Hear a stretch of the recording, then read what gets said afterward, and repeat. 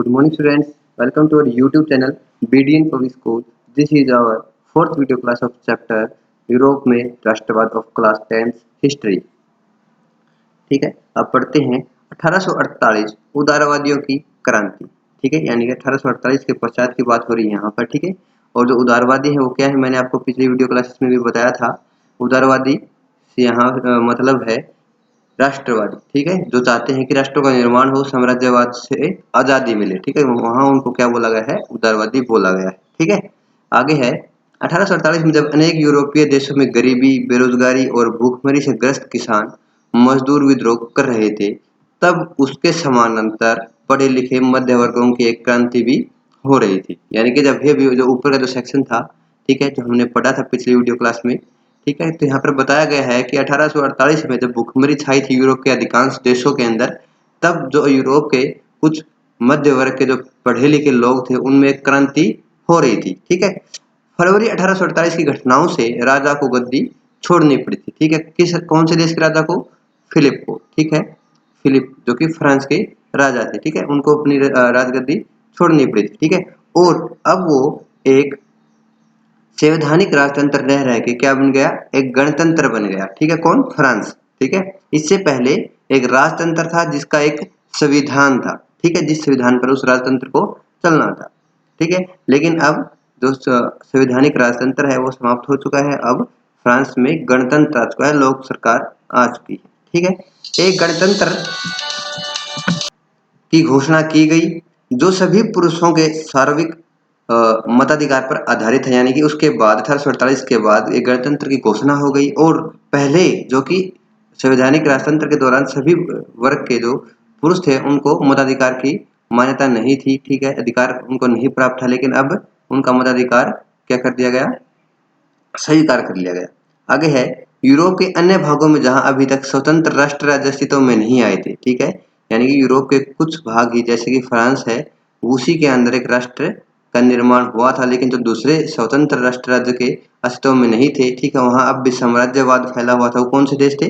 Germany, Italy, Poland, osteo Hungarian साम्राज्य. ठीक है, वहां के उदारवादी मध्य वर्गों के स्त्री पुरुषों ने संविधानवाद की मांग को राष्ट्रीय एकीकरण की मांग से जोड़ दिया. ठीक है, यहाँ देखो मतलब क्या है कि जब ये जो देश है जर्मनी, इटली और पोलैंड, ऑस्ट्रो हंगेरियन, ठीक है, इनके अंदर पहले किस चीज की मांग हो रही थी? संविधान की. ठीक है, संविधान क्या है कि नियम कानून हो जिसके ऊपर हमारा जो साम्राज्य है वो चलेगा. ठीक है, पहले एक संवैधानिक क्या चाहते थे, एक संवैधानिक राजतंत्र चाहते थे लोग. ठीक है, कि राजतंत्र हो कोई बात नहीं, ठीक है, लेकिन उसका संविधान हो. ठीक है, जिसके ऊपर लोग अमल करें, चले. ठीक है, लेकिन अब क्या है, लोगों ने, वहां के जो लोग थे मध्य वर्ग के जो स्त्री पुरुष थे, उन्होंने संविधानवाद की मांग को किससे जोड़ दिया? राष्ट्रीय एकीकरण से जोड़ दिया. कि अब हमें क्या चाहिए, हम चाहते हैं साम्राज्यवाद भी खत्म हो, एक राष्ट्र का निर्माण हो, जितने भी छोटे छोटे अंग हैं इस साम्राज्य के सभी को जोड़कर, ठीक है, एक राष्ट्र का निर्माण किया जाए. ठीक, उन्होंने बढ़ते जन असंतोष का फायदा उठाया और एक राष्ट्र निर्माण की मांगों को आगे बढ़ाया. अब क्या है, लोगों में धीरे धीरे जो असंतोष बढ़ रहा था, किसके प्रति? साम्राज्यों के प्रति. ठीक है, उनकी नीतियों के प्रति. ठीक है, लोग असंतोषजनक थे. ठीक है, वो संतोष या फिर संतुष्ट नहीं थे. ठीक है, साम्राज्यों से. ठीक है, अब उस असंतोष का फायदा, ठीक है, किसने उठाया? उदारवादियों ने उठाया. ठीक है, और क्या किया? एक राष्ट्र के निर्माण की मांग आगे बढ़ती गई. ठीक है, यह राष्ट्र राज्य संविधान, प्रेस की स्वतंत्रता और संगठन बनाने की आजादी जैसे संसदीय सिद्धांतों पर आधारित था. यानी कि अब जो राष्ट्र राज्य था, ठीक है, ये संविधान और प्रेस की स्वतंत्रता और संगठन बनाने की, ठीक है, आजादी चाहता था. ठीक है, ठीक है, कि राष्ट्र के अंदर ये चीजें सारी होनी चाहिए जो कि साम्राज्यवाद प्रदान नहीं करता. ठीक है, आगे देखो, जर्मन इलाकों में बड़ी संख्या में राजनीतिक संगठनों ने फ्रैंकफर्ट शहर, ठीक है, फ्रैंकफर्ट एक जर्मन का बहुत ही बड़ा शहर है. ठीक है, मुख्य शहर हम कह सकते हैं. ठीक है, जो बड़ी संख्या में जो राजनीतिक संगठन थे, ठीक है, फ्रैंकफर्ट शहर में मिलकर एक सर्व जर्मन नेशनल असेंबली के पक्ष में मतदान का फैसला किया. ठीक है, कि यानी कि जो राजनीतिक संगठन बने हुए थे जर्मन के इलाकों में, ठीक है, उन्होंने क्या किया कि एक सर्व जर्मन नेशनल असेंबली के पक्ष में मतदान करवाने का फैसला लिया. ठीक है, कि देश में कितने लोग ठीक है साम्राज्य में कितने लोग चाहते हैं कि एक सर्व जर्मन नेशनल असेंबली होनी चाहिए, जहां पर लोगों के जो मुद्दे हैं, मुख्य मुद्दे, उनको उनके ऊपर अमल किया जाए, ठीक है, उनके ऊपर उनसे संबंधित नियम बनाए जाए। ठीक है, आगे देखो 18 मई 1848 को 831 निर्वाचित प्रतिनिधियों ने एक सजे धजे जुलूस में जाकर फ्रैंकफर्ट संसद में अपना स्थान ग्रहण किया। यानी कि 18 मई 1848 में क्या हुआ कि 831 निर्वाचित प्रतिनिधि, ठीक है, निर्वाचित प्रतिनिधि, इनको किसने चुना? वहां के लोगों ने चुना। ठीक है, 831 लोगों को, ठीक है, उन लोगों के प्रतिनिधियों को चुना और वो कहां पर जाकर बैठ गए? फ्रैंकफर्ट संसद। ठीक है, कहां पर लगाई गई थी? ये एक आपका चर्च था, ठीक है, वहां पर ये बैठी थी। ठीक है, यह संसद सेंट पॉल चर्च में आयोजित थी। जैसे मैंने अभी बताया कि संसद कहाँ बैठी थी। देखो हमारे देश में कहाँ बैठी संसद? संसद भवन है, ठीक है, अलग से संसद भवन है, लेकिन उस समय के लिए कोई संसद की कोई अलग से इमारत नहीं थी। तो जो संसद है कहाँ पर बैठी? सेंट पॉल चर्च में आयोजित हुई थी। उन्होंने एक जर्मन राष्ट्र के लिए एक संविधान का प्रारूप तैयार किया। जर्मन राष्ट्र यानी कि जर्मन भाषी जो लोग थे, ठीक है, या फिर जर्मन भाषा से जो रिलेटेड संबंधित जो लोग थे, उनके लिए एक राष्ट्र का, ठीक है, निर्माण का एक जो प्रारूप तैयार किया, जिसके एक संविधान का प्रारूप तैयार किया, जिसके अकॉर्डिंग जो जर्मन राष्ट्र है वो आगे चलेगा। ठीक है, इस राष्ट्र की अध्यक्षता एक ऐसे राजा को सौंपी गई जिसे संसद के अधीन रहना था। ठीक है, अब जो राष्ट्र है उसकी अध्यक्षता किसको दी गई? एक राजा को दी गई। ठीक है, यानी कि क्या बनने जा रहा है जर्मन? अब संवैधानिक राजतंत्र। ठीक है, संवैधानिक राजतंत्र, क्योंकि एक राजा के अंतर्गत है और इसका एक संविधान भी है। ठीक है, तो ये संवैधानिक राजतंत्र कहलाएगा। ठीक है, यहाँ पर इसने बताया कि एक राजा को अध्यक्षता सौंपी जाएगी राष्ट्र की, जो कि राजा किसके अधीन होगा? किसके प्रति जवाबदेह होगा? संसद के प्रति। ठीक है, संसद इसको बर्खास्त भी कर सकती है और क्या कर सकती है? बहाल भी कर सकती है, दोबारा भी ला सकती है। ठीक है, जब प्रतिनिधियों ने पर्शिया के राजा फ्रेडरिक विल्हेम चतुर्थ को ताज पहनाने की पेशकश की तो उसने उसे अस्वीकार कर उन राजाओं का साथ दिया जो निर्वाचित सभा के विरोधी थे। ठीक है, यानी कि जो प्रतिनिधि थे, जो 831 जो नेशनल असेंबली में इकट्ठा हुए थे, सर्व जर्मन नेशनल असेंबली में, ठीक है, तो उन्होंने किसको प्रतिनिधि की पेशकश की?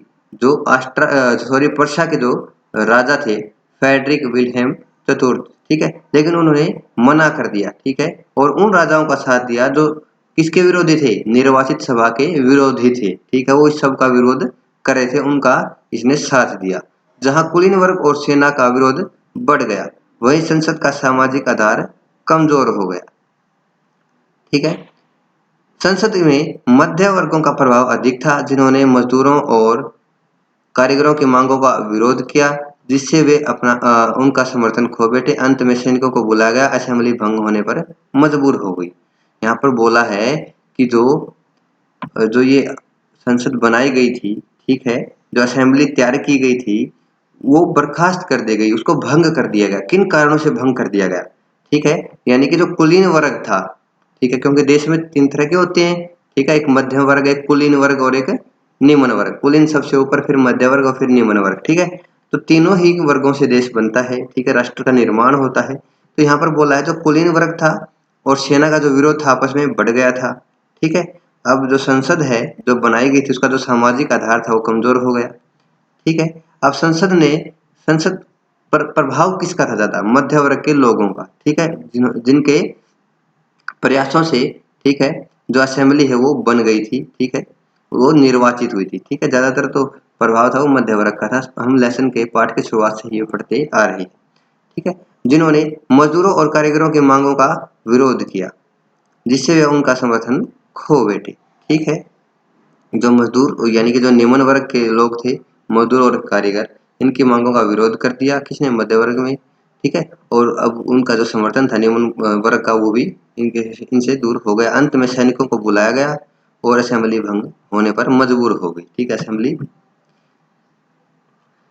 बंद हो गई। ठीक है, आगे देखो, उदारवादी आंदोलन के अंदर महिलाओं को राजनीतिक अधिकार प्रदान करने का मुद्दा विवादास्पद था। हालांकि आंदोलन में वर्षों से बड़ी संख्या में महिलाओं ने सक्रिय रूप से भाग लिया था। यहाँ पर बोला गया है जो उदारवादी आंदोलन था, जो राष्ट्रवाद चाहते थे, राष्ट्र का निर्माण चाहते थे, उनके अंदर क्या था? जो महिलाओं को जो राजनीतिक अधिकार प्रदान करने का जो मुद्दा था वो विवाद भरा था। ठीक है, कुछ लोग कहते थे कि महिलाओं को राजनीतिक अधिकार नहीं देने चाहिए, राजनीति से उनको दूर रखना चाहिए, ठीक है।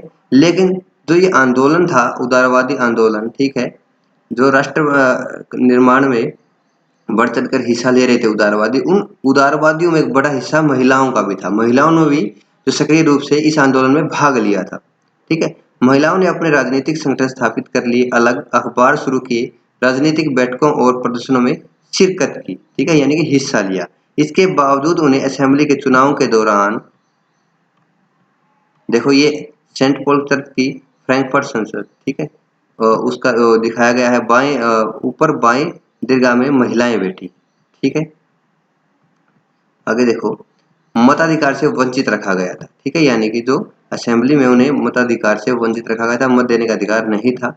जब सेंट पॉल चर्च में फ्रैंकफर्ट संसद की सभा आयोजित की गई थी, तब महिलाओं को केवल प्रेक्षकों की हैसियत से दर्शक दीर्घा में खड़े होने दिया गया। यानी कि जब सेंट पॉल चर्च में, ठीक है, जो संसद की सभा आयोजित की, तब महिलाओं को सिर्फ और सिर्फ प्रेक्षक, ठीक है, यानी दार्शनिक भर का दर्जा दिया गया, ठीक है, और उन्हें एक अलग हिस्सा दे दिया खड़े रहने के लिए, ठीक है। देखो आगे, हालांकि रूढ़िवादी ताकतें 1848 में उदारवादी आंदोलनों को दबा पाने में कामयाब हुई, किंतु वे पुरानी व्यवस्था बहाल नहीं कर पाई। यानी कि जो रूढ़िवादी ताकतें थी, जो 1815 के बाद अस्तित्व में आई थी, ठीक है, हम पहले विश्लेषण के दौरान ये जिक्र कर चुके हैं, ठीक है, रूढ़िवादी ताकतों के बारे में। तब उन्होंने क्या है कि इस उदारवादी आंदोलन को दबाने में तो कामयाब हो गई, लेकिन जो पूरी पुरानी व्यवस्था थी जो 1815 के बाद, यानी कि जो वियना समझौते के बाद लागू हुई थी, उसको बहाल नहीं कर पाए वो। राजाओं को यह समझ में आना शुरू हो गया था कि उदारवादी राष्ट्रवादी क्रांतिकारियों को रियायतें देकर ही क्रांति और दमन के चक्कर को समाप्त किया जा सकता है। कि जो राजा थे वो समझ गए थे कि जो उदारवादी हैं और जो राष्ट्रवादी हैं, ठीक है, ये जो मांगे उठाते हैं, उन मांगों में, ठीक है, उन मांगों को पूरी तरह से पूरा न करके थोड़ी थोड़ी रियायतें देकर, ठीक है, उन मांगों के अंदर थोड़ी थोड़ी रियायतें देकर ही इस दमन और क्रांति को चक्कर को समाप्त किया जा सकता है, ठीक है। चक्कर कैसे, पहले तो क्रांति करते हैं, फिर उसके दमन होता है, फिर क्रांति होती है, फिर उसका दमन होता है, ये चक्कर बन गया, ठीक है। तो इस चक्कर को तभी समाप्त किया जा सकता है जब क्रांतिकारियों को उनकी मांगों के अंदर थोड़ी थोड़ी रियायतें दे दी जाए।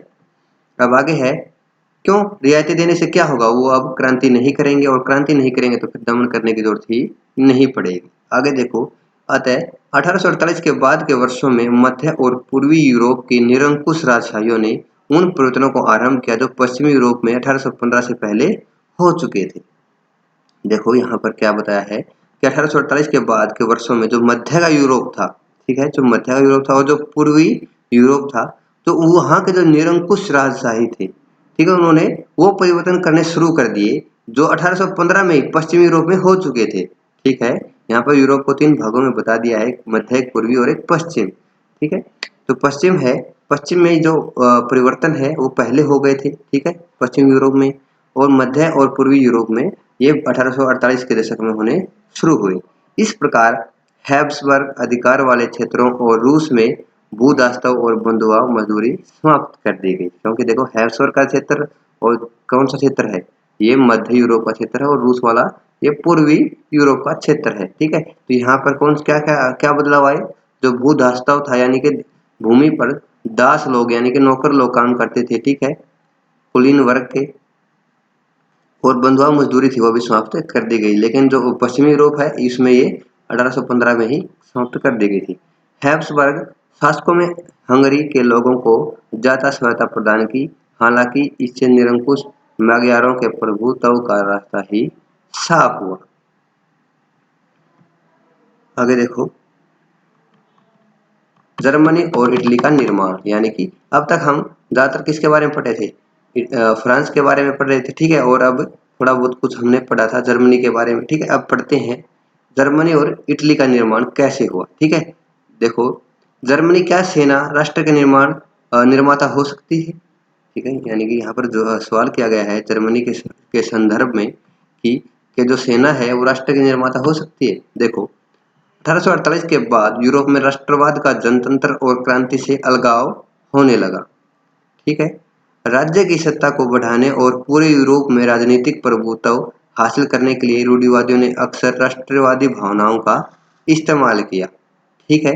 यहाँ पर बताया गया है कि जो राज्य की सत्ता, ठीक है, यानी कि अपने राज्य को और बढ़ाने में, ठीक है, उसकी सीमा को और बड़ा करने के लिए, ठीक है, पूरे यूरोप में अपनी राजनीतिक प्रभुत्व को जमाने के लिए जो रूढ़िवादी थे, ठीक है, जो रूढ़िवादी लोग थे या फिर जो जिन्होंने कब्जा कर रखा था, ठीक है, जिनका अपना एक साम्राज्य था, उन्होंने क्या किया, अक्सर राष्ट्रवादी भावनाओं का इस्तेमाल किया, ठीक है। आगे देखो, इसे उस प्रक्रिया में देखा जा सकता है जिससे जर्मनी और इटली एकीकृत होकर राष्ट्र राजा बने। जैसा आपने देखा है, राष्ट्रवादी भावनाएं मध्य वर्गीय जर्मन लोगों में काफी व्याप्त थी, यानी कि ज्यादा थी, और उन्होंने 1848 में जर्मन महासंघ के विभिन्न इलाकों को जोड़कर एक निर्वाचित संसद द्वारा शासित राष्ट्र राज्य बनाने का प्रयास किया था। मैंने अभी अभी आपको इससे पहले वाले पैराग्राफ में बताया था कि जर्मन महासंघ का निर्माण किया गया था, ठीक है, संसद बनाई गई थी, ठीक है, उन्होंने कोशिश की थी, लेकिन बाद में जब विभिन्न यानी कि जो अलग अलग हिस्से थे समाज के, ठीक है, उनमें टकराव हुआ, ठीक है, तो वो भंग कर दी गई, ठीक है। मगर राष्ट्र निर्माण की यह उदारवादी पहल राजशाही और फौज की ताकत ने मिलकर दबा दी थी, ठीक है। उनका प्रशा के बड़े भूस्वामियों ने भी समर्थन किया था, ठीक है, किनका, राजशाहियों का, ठीक है। इसके पश्चात वर्षा ने राष्ट्रीय एकीकरण के आंदोलन का नेतृत्व संभाल लिया। उसका प्रमुख मंत्री ऑटो वन बिस्मार्क इस प्रक्रिया का जनक था, ठीक है। यहाँ पर सॉरी मैं उल्टा बोल गया, वर्षा ने किसका समर्थन किया था,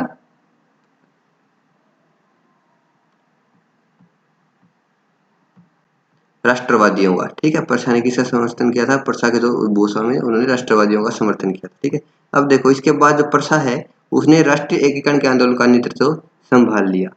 उसका प्रमुख मंत्री ऑटो वन बिस्मार्क इस प्रक्रिया का जनक था, ठीक है, जिसने प्रशा की सेना और नौकरशाही की मदद ली, ठीक है। 7 वर्ष के दौरान ऑस्ट्रिया, डेनमार्क और फ्रांस से 3 युद्धों में प्रशा को जीत हुई और एकीकरण की प्रक्रिया पूरी हुई। जनवरी 1871 में वर्साई में हुए एक समारोह में प्रशा के राजा विलियम्स जर्मनी का विलियम प्रथम को जर्मनी का सम्राट घोषित कर दिया गया, ठीक है। देखो यहाँ पर ऑस्ट्रिया, डेनमार्क और फ्रांस से, ठीक है, 3 युद्धों में किसने जीत हासिल की, प्रशा ने, ठीक है, और एकीकरण की प्रक्रिया पूरी कर ली, और 1871 में वर्साई में एक संधि हुई, ठीक है, और वहीं पर राजा विलियम प्रथम को क्या बना दिया गया, जर्मनी का सम्राट घोषित कर दिया गया। आगे देखो, 18 जनवरी 1871 की सुबह बेहद ठंडी थी। जर्मन राज्यों के राजकुमारों, सेना के प्रतिनिधियों और प्रमुख मंत्री ऑटो वन बिस्मार्क समेत प्रशा के महत्वपूर्ण मंत्रियों की एक बैठक वर्साई के महल में बेहद ठंडे शीश महल में हुई। सभा ने प्रशा के काइजर विलियम प्रथम के नेतृत्व में नए जर्मन साम्राज्य की घोषणा की, ठीक है। जर्मनी में राष्ट्र निर्माण प्रक्रिया ने प्रशा राज्य की शक्ति के प्रभुत्व को दर्शाया है, यानी कि जो जर्मनी का राष्ट्र निर्माण हुआ है, ठीक है, उसमें जो प्रशा का अपना हाथ रहा है, ठीक है, तो इससे क्या पता चलता है, ठीक है, कि प्रशा की अपनी एक अलग पहचान थी, दबदबा था, ठीक है, यूरोप में। नए राज्य ने जर्मनी की मुद्रा, बैंकिंग और कानूनी और न्यायिक व्यवस्थाओं के आधुनिकीकरण पर जोर दिया, और प्रशा द्वारा उठाए गए कदम और उसकी कार्रवाई बाकी जर्मन के लिए अक्सर एक मॉडल बना, ठीक है। आगे देखो, इटली, जर्मनी की तरह इटली ने भी राजनीतिक विखंडन का एक लंबा इतिहास था, ठीक है। इटली अनेक वंशानुगत राज्यों तथा बहुराष्ट्रीय हैब्सबर्ग साम्राज्य में बिखरा हुआ था, ठीक है। देखो, यहाँ है प्रशा, ठीक है, और ये नीचे आ गया जर्मनी, यहाँ दिखा नहीं है मैप के अंदर, ठीक है। आगे देखो, 19वीं सदी के मध्य में इटली 7 राज्यों में बटा हुआ था, जैसे मैंने अभी बताया, ठीक है। इटली विभिन्न राज्यों में बटा हुआ था, जिनमें से केवल एक सार्डिनिया पीडमोंट में एक इतालवी राजघराने का शासन था, ठीक है, यानी कि 7 में से एक पर किसका शासन था, सार्डिनिया पीडमोंट में एक इतालवी राजघराने का, ठीक है। उत्तरी भाग ऑस्ट्रियाई हैब्सबर्ग के अधीन था। मध्य इलाकों पर पोप का शासन था, ठीक है। पोप समझते हो, यानी कि जो कैथोलिक, ठीक है, जो कैथोलिक धर्म है, चर्च आप बोल सकते हो, ठीक है, चर्च, ठीक है, जो चर्च का जो सर्वोच्च अधिकारी होता था उसको पोप बोलते हैं, ठीक है। तो इस जो मध्य इलाके उस पर किसका शासन था, पोप का, और दक्षिणी क्षेत्र स्पेन के बुर्बो राजवंशों के राजाओं के अधीन था। इतालवी भाषा ने भी साझा रूप हासिल नहीं किया था और अभी तक उसके विविध क्षेत्रीय और स्थानीय रूप मौजूद थे। ठीक है, अब आगे देखो 1830 के दशक में जूसेप्पे मेस्सी ने एकीकृत इतालवी गणराज्यों के लिए एक सुविचारित कार्यक्रम प्रस्तुत करने की कोशिश की। उसने अपने उद्देश्यों के प्रसार के लिए यंग इटली नामक एक गुप्त संगठन भी बनाया था, मैंने आपको बताया। 1831 और 48 में क्रांतिकारी विद्रोह की असफलता से युद्ध के जरिए इतालवी राज्यों को जोड़ने की जिम्मेदारी सार्डिनिया पीडमोंट के शासक विक्टर इमैनुएल द्वितीय पर आ गई। ठीक है, आप जब ये सारी चीज़ें मैप के माध्यम से जोड़कर देखोगे तो आपको बिल्कुल अच्छे से समझ में आ जाएगा। ठीक है, आप पहले इटली का जो मैप है 1830 के और 50 के मध्य, ठीक है, वो खोल के देखोगे और इन बातों को आप उसे जोड़ के देखोगे तो आपको अच्छे से समझ में आ जाएगा, नहीं तो आपको समझने में काफ़ी दिक्कत आएगी। इस क्षेत्र के शासक अभिजात वर्ग के नज़रों में एकीकृत इटली के लिए आर्थिक विकास और राजनीतिक प्रभुत्व की संभावनाएं उत्पन्न करता था। ठीक है, मंत्री प्रमुख कावूर, जिसने इटली के प्रदेशों को एकीकृत करने वाले आंदोलन का नेतृत्व किया, न तो एक क्रांतिकारी था कौन, कावूर, ठीक है, और न एक जनतंत्र में विश्वास रखने वाला। इतालवी अभिजात वर्ग के तमाम अमीर और शिक्षित सदस्यों की तरह वह इतालवी भाषा से कहीं बेहतर फ्रेंच बोलता था। फ्रांस से सार्डिनिया पीडमोंट की एक चतुर कूटनीतिक संधि, जिसके पीछे कावूर का हाथ था, ये सार्डिनिया पीडमोंट 1859 ऑस्ट्रियाई बलों को हरा पाने में कामयाब हुआ।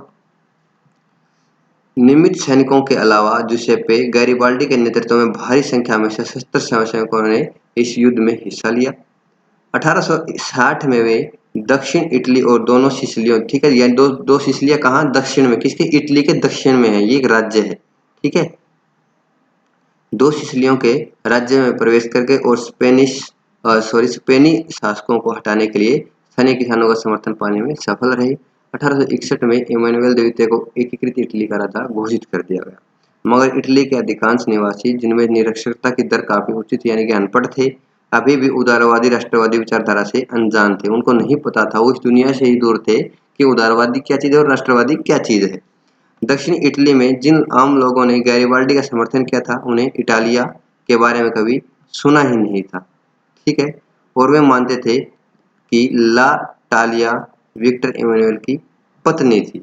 ठीक है, उन्हें पता ही नहीं था कि जो इटालिया है वो है क्या। उन्हें तो ये वो तो ये सोचते थे जो टालिया है वो इमैनुएल की पत्नी थी। ठीक है, वो यानी कि इतने क्या थे, अनजान थे। ठीक है, वो निरक्षरता उनके अंदर इतनी भरी हुई थी, ठीक है, वहाँ के लोगों के अंदर। तो आज की जो वीडियो क्लास है हम इतनी ही रखेंगे।